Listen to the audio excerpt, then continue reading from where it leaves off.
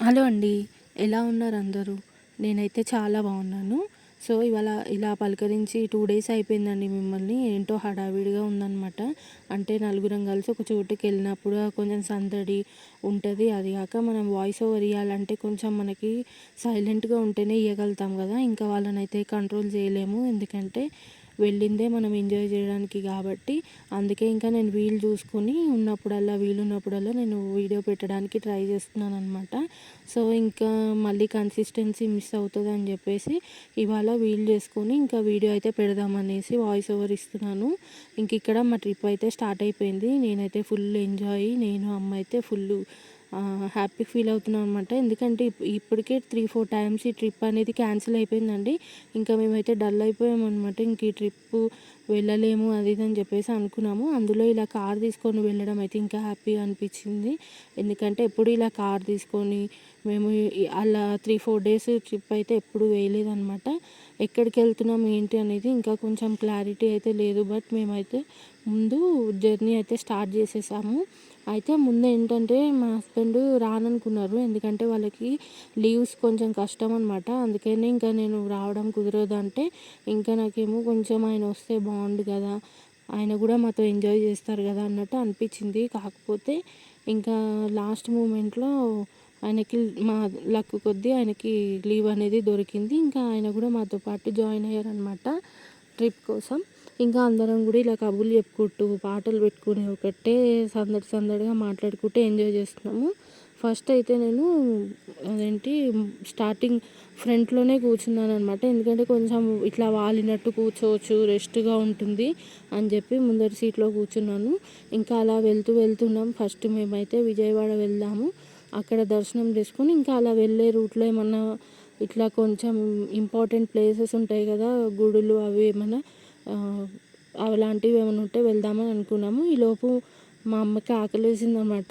అందుకని చెప్పి మధ్యలో ఒక రెస్టారెంట్ దగ్గర ఆగాము. తనకి మష్రూమ్ బిర్యానీ అయితే తీసుకున్నాము. అందరం కూడా తలా స్పూన్ అట్లా టేస్ట్ చేసాము.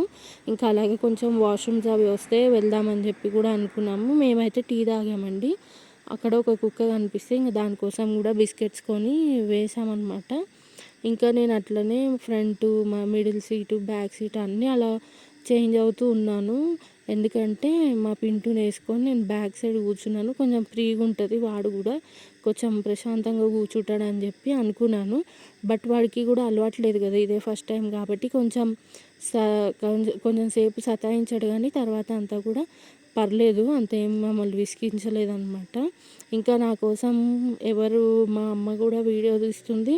మా హస్బెండ్, మా అన్నయ్య ఎవరికి తోచినట్టు వాళ్ళు వీడియోలు అయితే తీసి పెడుతూ ఉన్నారు నా కోసం. అంటే యూట్యూబ్లో పెట్టుకోవడానికి ఉంటుంది కదా అని చెప్పేసి. ఇంకా జుట్టుకైతే నేను క్లిప్ ఇట్లా వదిలేసి పెట్టాను, కానీ ఫుల్ ఉడకబోసిందండి, వేడిగా అనిపించి ఇంకా నేను మళ్ళీ పైకైతే పెట్టేస్తున్నాను. ఇవాళ కొంచెం మాకు ఒక చోట అయితే ట్రబుల్ అయింది. అది ఎక్కడ ఏంటనేది నేను చెప్తాను. ఇలా మధ్యలో ఆగుతూ ట్రావెలింగ్ చేస్తూ ఉన్నామన్నమాట. ఇంకా మొత్తానికి చీకటైతే అయిపోయింది. ఇక్కడ కొంచెం పెట్రోల్ కొట్టించుకుందామని చెప్పి ఒక చోట ఆగాము. నేను వెయిట్ చేసే మూమెంట్ అయితే వచ్చేసిందండి. ఎందుకంటే మీకు ఆల్రెడీ వీడియోస్లో చెప్పాను కదా, నాకు నైట్ జర్నీస్ అంటే చాలా ఇష్టం అని చెప్పి. అందుకే నేనైతే ఫుల్ హ్యాపీ ఫీల్ అయ్యాను. మధ్యలో నేను, అమ్మ, అన్నయ్య గేమ్స్ కూడా ఆడుకుంటూ ఉన్నామన్నమాట. ఇట్లా అంతాక్షరి లాగా, లేకపోతే ఇట్లా ఏదైనా మనం సైగ చేస్తే వాళ్ళు మూవీ నేమ్ గెస్ చేయాలి అనేవి ఇలా గేమ్స్ ఉంటాయి కదా, ఆ గేమ్స్ కూడా ఆడుతూ ఉన్నాము నేను, అమ్మ, అన్నయ్య. ఇంకా మామయ్య అయితే డ్రైవింగ్ చేస్తూ ఉన్నాడు అనమాట. అప్పుడు కాసేపటికి వీళ్ళు షిఫ్ట్ అవుతూ ఉన్నారు. ఇంకా అన్నయ్యను మా హస్బెండ్ కూడా నడిపారనమాట, బాగానే నడిపారు. సో, ఇంకా పెట్రోల్ బంక్ దగ్గరే మేము వాష్రూమ్స్ అవి కూడా వెళ్ళాము. వాష్రూమ్స్ అయితే చాలా నీట్గా ఉన్నాయండి. అసలు బయట కొన్ని చోట్ల అస్సలు బాగోవు కదా, కానీ పెట్రోల్ బంక్లో చాలా నీట్గా ఉన్నాయన్నమాట. ఇంకా తీరా ఇలా విజయవాడకి వెళ్తూ ఉన్నాము. మాకు అక్కడేమో లేట్ అయిపోయింది. ఇంకా దర్శనంకి కుదరదని చెప్పేసి ఇంకా మళ్ళీ అలా వెళ్తూ ఉన్నామన్నమాట.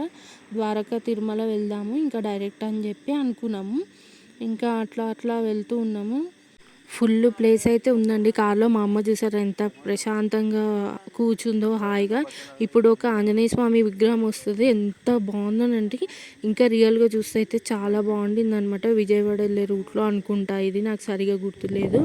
ఇంకా చాలా బాగా అనిపిస్తుంది. ఇక్కడ మా హస్బెండ్ ఫేస్ చూసారా ఎలా ఉందో. ఆయనకి డ్రైవింగ్ ఇవ్వలేదంట, అదే ఇంకా ఆయన అలిగాడు అనమాట. ఎందుకంటే నైట్ పూట కదా, కొంచెం రిస్క్ ఎందుకని చెప్పేసి నైట్ పూట ఇంకా మా అన్నయ్యకి కూడా ఇవ్వలేదు. మా మామయ్య నడుపుతున్నాడు. కొంచెం వెళ్తున్నప్పుడు ఎక్కువ వెహికల్స్ తిరగని చోట అక్కడ మేము డ్రైవింగ్ అయితే అన్నయ్యని మా హస్బెండ్ని నడపమని చెప్పాము. తర్వాత అంతా కూడా మా మామయ్య నడిపాడు అనమాట. ఇంకా